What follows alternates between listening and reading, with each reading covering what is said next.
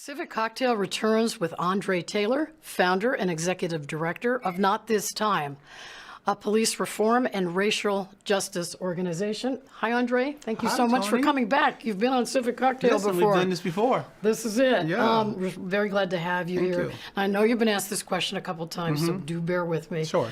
But how did you feel when you spent so much time organizing and delivering a peaceful protest last weekend, only to have it sort of, I have to look for the right word, but like changed by a more violent group?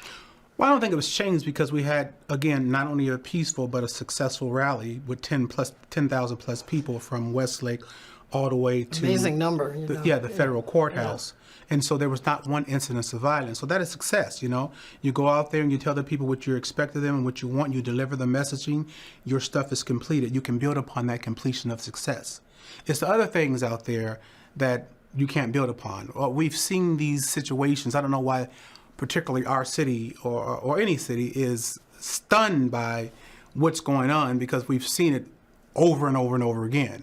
We've seen neo-Nazi groups and white supremacist groups and anarchists come into this space to distract and to do what they do, right? But it never lasts. It goes away and it never manifests nothing, so I'm not going to be distracted by it.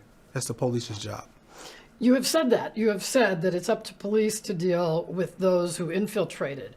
How, in general, do you think police performed here in the last few days? It's hard to have a grade because it's not completed. I can grade what we did because it's completed. Yes. Right? I know there's been complaints, and I can understand how it's hard for the police probably to navigate in between peoples that have infiltrated into protesters. So you have protesters and you have rioters and you have looters. Those are three different things. And the media has been clumping those three together. So when you have a looter and a rioter on purpose that infiltrates protesters to create issues, then how do you deal with that, right? How can you deal with who is who? You know, they're good at what they do. They've had a concerted effort around the country to infiltrate or rallies like this on purpose. I heard somebody say when they have, when they had the rally about opening up the country, there was never no violence there. You know, so when it comes down to black people, trying to say, listen, these things are wrong in our country, then there so happens to be all of these ruckus and, things that are going on. So, I think we have to know who the real enemy is. So right before this show started, I believe you were one of the folks in the meeting with the mayor. I was. What are the key things that you asked her for, and how receptive did you find her? Well, I came down there just, because I know that there were young people that wanted some answers. But let me just say this, I have 6 kids. I know young folks because I know my own kids, and I know there's It's a good way to get to know them. Well, yes, yeah. Absolutely. Mm-hmm. And they wear me out. I'm glad that they're grown now, right? But they have a tendency to want something kind of instantaneous, right? And they kind of want to do things their own way. Even my own kids, people often say to me, your kids, are very lucky because the amount of information and knowledge that you have. And I say, well, my kids are. I mean, I have one that's graduated Yale and UCLA. Other ones are married to some military guys. But they want to do things their own way. And so when you have somebody that want to do things their own way and they are really strong-willed about that, it's a challenge when you are an older person with maybe wisdom and they are younger. The scriptures say they call the young because they're strong and call the old because they're wise. So that dichotomy, dealing with that within young folks is a challenge because you want them to be able to express themselves and grow into their own experience. You want that, right? But you are so cautious for them doing so because you've made mistakes in your life and some of the things that they can be, going a certain direction could hurt them.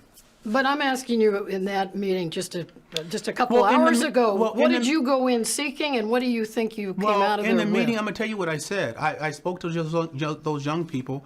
I see that. Yeah. I see. See? So there was a theme in there and everybody was telling the mayor what we want you to do, what we want you to do. So I told them, I said, listen, don't ever cede your power to anybody. And activism is about what you are going to do, right? What you are going to do. I don't want you to think that you don't have the ability nor the power or the genius to do what you want to do. And then you build power based upon what you want to do. And then when you go to somebody, it's not an ask, it's a force.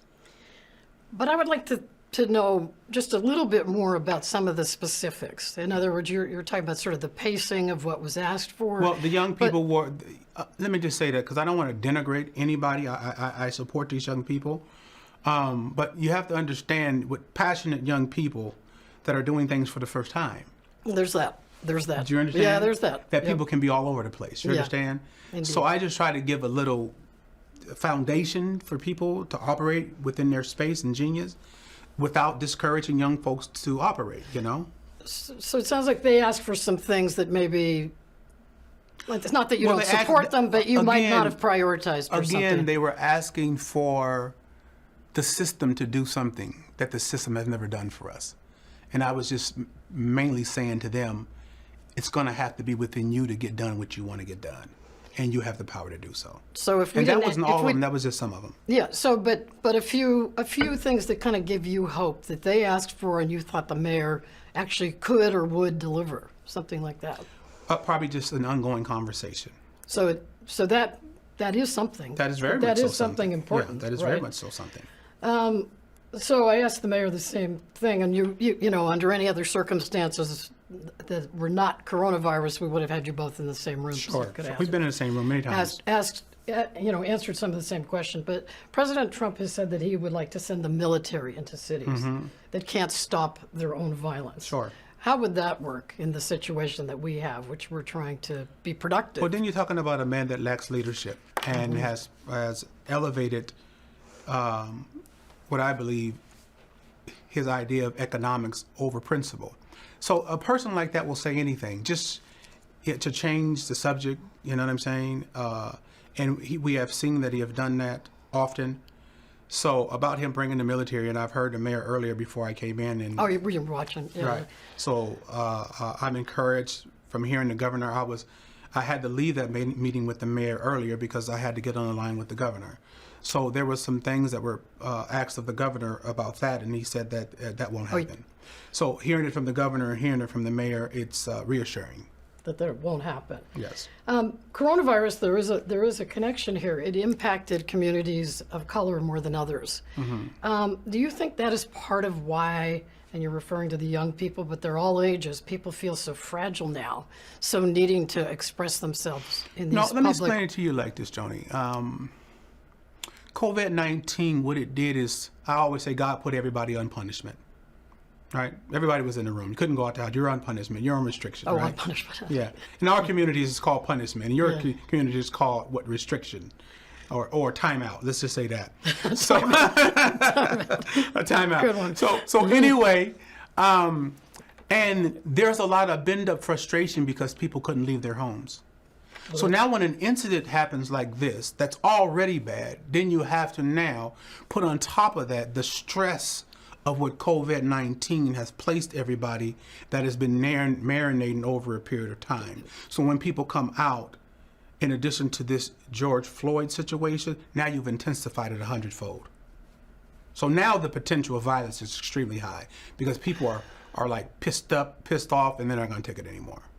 But think about it also, just the protests themselves, there was no 6 feet of spacing or distancing. That tells you how committed people are to causes, that they're willing to put their lives on the line. And that's what happened. Let me just say this. I was talking to a news outlet, and I said, let me explain something to you so that you can understand the temperature of the country. When you beat a people to a pulp, if it is the objective of law enforcement around this country and this country also to beat a people to a pulp as you have done black people, to submit them as you have done black people, right? To beat them so much in whatever area of life that we've tried to exalt ourselves in until we're underneath the bottom. You've accomplished that. Let me just say that. But the problem in that is that when you do that to a people, they stop fearing and they stop being afraid to die. Because they're going to say, you're going to kill me when you pull me over in the car. You're going to kill me when I'm jogging down the street. You're going to kill me when I'm in the park. And since you're going to kill me then, I'm going to hold court in the street. And I'm going to get home to my mom. I'm going to get home to my brother. I'm going to get home to my children. I'm going to get home to my husband and wife. And whatever I got to do right now, because I have the evidence that America cares nothing about us, we're going to do it. So that's the temperature that you're seeing right now. Yeah. Do you understand that? Yeah. I mean, I thought it was maybe helpful to everybody, and it was a side point. It was a small note. Well, I just want you to understand how serious things are, because sometimes when people get in on these things, they're not giving you the truth. That's why we're glad to have you Exactly. to make those points for us. Thank you for that. Yeah. I did notice, though, that the Parks Department, and I don't know who thought this up, but I thought it was kind of a good idea, was at some of the protests handing out masks. And trying to say, yes, of course, this is the passion, but let's not jeopardize people further. Well, I don't know if the Parks Department, before I even had, because you don't have all the information, before I even had the march, I talked to the mayor and Carmen Best. They asked, what can they do? So I said, well, at least you can have the law enforcement out there passing out masks and water. Well, good. It was your idea. Yeah. So very good. So not only that, very but good. Also executive consulting office called and also brought more masks also. So people wanted to try to do what they want to do. You know, a little bit of you know, just trying to understand. So I'm going to my phone here. I'm not just Sure. reading news headlines or anything. Here's an audience question, and we really try to involve our audience Sure. here. So, if you had a single request of Mayor Durkan, something she could act on immediately, what would that be? I wouldn't ask Mayor Durkan, because I understand it's bigger than Mayor Durkan, right? But you met with her. You asked her for something. I don't ask people for nothing. I create power, like I did with Initiative 940, and we force people to do things. Right? I just told you earlier what I told those young people. I told them that out of my own experiences. So black people cannot afford to be going over there playing from a position of weakness, playing a victim. At this point right now, we have to stand up, realize our own power, our own capacity to change things, and with our own genius, make sure it gets done. So I wouldn't go to Mayor just and say, would you please do this for me? Yeah. I will create power first, and then I will tell her, this is what you should do, or this is what the consequences are. The voters, and do you understand? Oh, of course, Yeah. yes. I understand that it's a sort of a different position to be approaching it from. Yes. Of course. But what is a step that the city, or you said you spoke to the governor? Well, one of the biggest steps is to do something about SPOG. SPOG has been an impediment to change in this city forever. Right? I have organized for over 4+ years. I have brought other law enforcement agencies in, other communities. So SPOG, just for our audience, is Seattle Police Officers Guild. Yeah, I'm just talking about all the people that we have brought in, from Patty Murray to Pramila Jayapal to the mayor to the police chief and on. Even the governor was a part of 940. And every community meeting that I asked SPOG to come to, they resisted and said no. So right now, SPOG is an impediment to this change. That's one of them. Okay. And the SPOG contract that should have been accepted in 2017, that City Hall, that I'm still pissed off with to this day, went along with SPOG and did not accept the things and what we had put forth as a community in 2017 that held police officers accountable. So we're still on that disciplinary thing. It's not in the police contract yet. And Exactly. That's what's holding up the whole. So until whoever the powers that be make sure we go back to what was agreed on, what City Hall unanimously voted on, we're going to have a damn problem. You mentioned Initiative 940. Yes. And actually you were on the show discussing And that. Joni, I'm not mad at you. I'm just talking. No, oh, I'm good. I'm Okay. good. We're good. We're good. As we noted on the phone yesterday, we're all good. You led Initiative 940 a few years ago. Sure. And successfully changed the law on Yes. police misconduct. How could that effort on 940 help other cities, other states at this time? People call me from around the country and ask how we did it. And what I tell them is that, listen, it's extremely important changing the law. But equally important is the implementation of that law.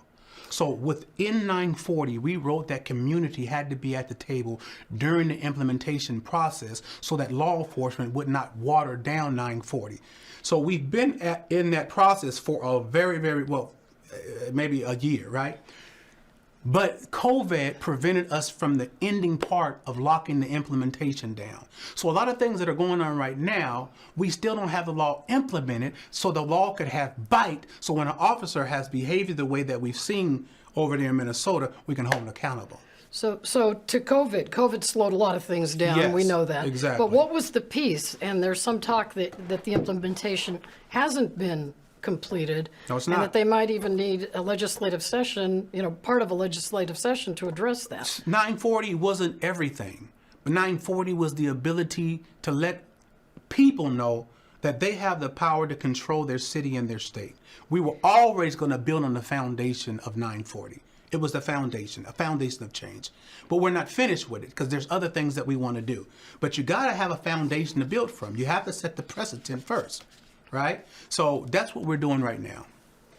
Well, I don't want to be nosy here, but with did the governor call Why about you being that? nosy then?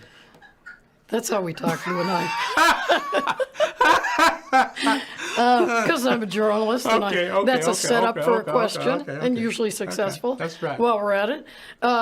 So was the governor asking about what parts of 940 still need to be completed, something like that? Tony, let me explain something to you again because I want you to get it real clearly. We're not into asking nobody. We're not into asking the government. Okay, but when you guys were talking... Rephrase it, reporter. Let me do it in your way. Okay. When you were talking to the governor, did you present the power of the idea? Well, what Something we like wanted to that. do was make sure that we completed the implementation stage where we had something concrete. It would make it easier to go back into legislation and policy after it was concrete. So the governor has supported everything we wanted Yeah. to do, and he's still in support of it. So as we continue to build upon it, I'm sure he will support it as well. Do you think that the effort today by the city attorney, who wants to say that the federal consent decree that Seattle is still living under, I think that's should very be delayed? Did you think that was a good I idea? think that's very smart. I know Pete Holmes. I built relationships with all people. I think that is very, very smart because there was going to be problems there. There was going to be big problems. And listen, when you galvanize Washington State, 60% of the state voted for 940. Guess how many in King County? 71%. So now that's voters, right? So That is a now vote. you I can looked it up. galvanize voters. Now you Yes. can tell people, if you don't do the right thing, we're going to vote you the hell out of here. I'm sorry, I shouldn't be saying that on your Beep. thing. Yeah. So again, I think Pete Holmes was smart to do what he did. Okay, this is an audience question. Since Mayor Durkin isn't willing to acknowledge Black Lives Matter and protester demands, is the movement willing to consider implementing, and you'd have to explain this, Obama's My Brother's Keeper community initiatives? I don't know where they got that the mayor does not support Black Lives Matter. I've never heard her say that at one time. As a matter of fact, I've heard her speak strongly against... She did here this evening. She said she's not supportive of Black Lives Matter? This is a questioner whose name I can't tell you because I don't know, but is saying, since Mayor Durkin isn't willing to acknowledge Black Lives Matter and protester demands. Oh, well, I don't know whether she did that. Now, if we have it on record, that gives me something to go have a conversation with her about. But I don't want to say what she didn't say until I got the evidence, So, I don't know about that. Because people were in the room, she acknowledged everything they said. So again, just the acknowledgement of what you're asking people to do don't mean anything if you don't have power behind it. So I'm not, I don't want to go just hearing lip service. We've heard that for over 50 years of politicians and the like with lip service. We're going to do this, we're going to do this, we're going to do this. I'm not interested in somebody telling me what they're going to do because you haven't done nothing for 50 plus years. And we've been in this country 400, let me just say that. So it's time for us to be able to do something different. So listen, Tony, let me take you like this. So we've been marching for all these years. Marching is to get acknowledgement of things that's going on. But marching is not going to change the law, it's not going to change policy, and it's not going to change people's policy. You have to force people into change. But you changed the law. Because we forced them to do it with the people. We changed it with the people, is what I'm trying to explain to you. That means building power. So it's hard to try to communicate a strategy of how you go about doing things, because we've done something a little different that others haven't done, which is why we are the first and only state with a police accountability law. So I'm trying to kind of explain to your audience some of the fundamentals of how we got that change, right? Yes. So I make sure that I'm not distracted. Why, when we have the winning component, that I allow myself to be distracted by anything that's not winning, that hasn't been winning over 50, 60, 70 years? When we have something that we can not only lead Washington, but the whole country with, if we continue to build upon that, right? So you have to be really tunnel vision, because there's a million distractions. Have you heard from many other states that they would like to do what they're doing in Washington? Oh, my word, absolutely. Some of the states that you've talked to? Yeah, California, down to Chicago. I've talked to Philadelphia. I've talked to activists from everywhere.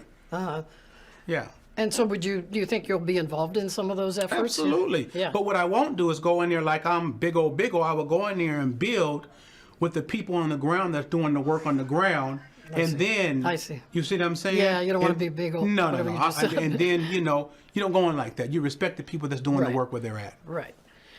Well, what concrete change? This is quite a moment in our city. Let's be clear about that. And in our country. And in our country, absolutely. What concrete change do you think is coming to our city, our state, as a result of what's been going on these last 5 days?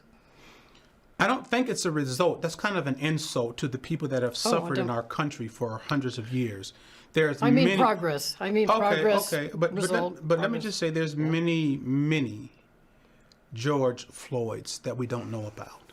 And out of respect for them and the people that have fought and died before, I want to say it's not these 5 days, right? That's fair. That's entirely fair. Absolutely. We had to build to these 5 days, right? You're right. You're right about that. So now, within this time setting, I believe in timing. Things has a season and a time to change. And I feel that I'm very, very responsible for what I must do in my change. But we have to deal with this thing with tentacles, right? Where one person does this within their genius and expertise, and 7 other people do it in their genius and expertise, in order to come at this situation that's been an issue for 400 years for my people, right? Yeah. So the fact that we have understood that people have talked to us that don't work anymore, that's a shift, right? The fact that we can come together and mobilize, and now we have white allies, that's a shift. On Saturday, I don't know if you know, but I gave white allies an assignment. Do you know that? I read something about that, yes. Okay. Yes. So my assignment to white allies was this. Listen, I know when you come to our organizations or even rallies, that your thought is that you are there to give black people space and give them a voice. I said that is the wrong messaging. Go ahead. It is insulting for you to think you can give us a space or a voice. We've been doing this for a very, very long time, and we've been doing it from the position of, of our condition in this country. What I want you to do, white folks, as I have done, with the passion of my organizing throughout this state, I want you to take that same passion with your privilege, with the power of your privilege, and I want you to infiltrate your own community. I want you with the same passion to infiltrate your own, and don't relinquish your privilege. Don't you ever relinquish your privilege. You can't help us with you relinquish your privilege by you thinking that that's going to benefit us. It's not going to benefit us. You keep your privilege, but you then infiltrate your own people with that privilege. And then once you have done the organizing, you bring that to us. And when you're operating in your privilege and your genius, and we as a people are operating in our might and our genius, then we can get things done faster than you can ever imagine. Okay, not meaning to offend with choice of words, but I would like to know, after this time, what concrete change you think we really might be able to achieve. I just explained to you what I think we could achieve. I told you. It seemed more like a process. Everything is a process. Mm-hmm. You know, if you think you're going to get microwave oven overnight, let me tell you, I strategized 5 years out. so that I won't get caught up in the ebb and flow of the disappointments and the crushing of what is being seen in our communities, right? If I didn't have a 5-year plan, the mere pain and agony of what continually is done to people in our community all over the country, the ebb and flow of that I couldn't move. I couldn't breathe. So I have to have a 5-year plan that even though a situation like George Floyd happens, I deal with it, but I know that I have to get to that 5-year plan to deal with it for real, right? To rectify it for real. Okay, so on a more granular level, I guess, then the mayor in here just a little bit ago conceded that the city isn't very good at crowd dispersal and said something she wants to change. What would you recommend to her to change about the way the city has been going about that? Well, listen, that's not my lane. You know what I'm saying? That's not my lane. I know that there's young people and white people out there that are overwhelmed by the treachery and just the savagery in which this white police officer killed George Floyd. The cavalier attitude with his hands in his pocket. Him knowing that witnesses around him, knowing that cameras were watching him and saying, I don't care if any camera all over the world is watching what I'm doing. I'm a white male officer and I'm going to show you I could do this. The savagery of that. I'm going to show you that nothing could happen to me. I'm going to show you that black people are nothing. That's different. That's like smudging it in our faces, right? Yeah. That's the difference, if you want to know a difference. So, again, when you're talking about dispersing the crowd that are now compelled by that savagery that the whole world has seen, this is something different. It's a very, very difficult situation to navigate. So on a slightly more positive note, what does it mean to you when police officers take a knee with the protesters? Does that mean maybe that these entities can work together? The only time, taking a knee, I understand that. But when you stand up when an officer does something that's inappropriate, that's much better. Taking a knee is okay. But I'm talking about the officers taking the knee. That's what I'm talking about. I said when an officer stands up and sees another officer that have done something inappropriate, wrong, devastating, when they stand up and say something about that taking a knee means nothing. We need principled officers when they see something. You know what they say to the community? When you see something, say something. Yeah, that's what we're asking you to do. When you see something, do something. We did have an example of one police officer. The mayor and I discussed it. I don't know if you were there in time watching it. One police officer here in Seattle, knee on a protester. Okay, that's a good beginning. And then here's the moment. That's the a good other beginning. officer comes over and pushes his knee away. Yeah, in other words, I'm it. teaching you. Okay, that's good. But let me tell you, I talked to Dan Satterberg during us doing 940. We had a great candid conversation, and I asked him a question because they're always saying there's good cops out there. So I said, if a good cop sees a bad cop acting badly, and he doesn't do anything, is he considered a good cop? Right? Yeah. Dan said, I seen it happen one time. And what they did to him to destroy him was a lesson to any other officer. Now, this, you can talk to Dan because he told me that. Yeah, I'll be happy to. You know what I'm saying? But, I mean, the story is, you can elaborate a little bit. The story is another cop tried to stand up and say something. I see. And police destroyed him for trying to say something. Right? All the club and the blue line destroyed him for trying to speak up against wrong. And that is going on all over our countries. So when you say somebody's taking a knee, that's cute. But when you stand up on principle and you say something and you do something, that's different. So at the beginning of our talk here this evening, you were talking a lot about folks who had come in from outside or kind of outside agitators. Danny Westgate, I mentioned this to the mayor as well, from the Seattle Times, looked at the arrest records. And as much as there were these national stories, there were local stories as well that folks were coming into Seattle, coming into Portland, coming into other places. A look at the arrest records showed that many of them of the folks who disrupted your own peaceful protest are mine. homegrown. They're from Seattle, or Yeah, they not gave mine. Seattle addresses. What about that? Yeah, what about that is that you're the only one that's shocked to know that you got neo-Nazis in the city.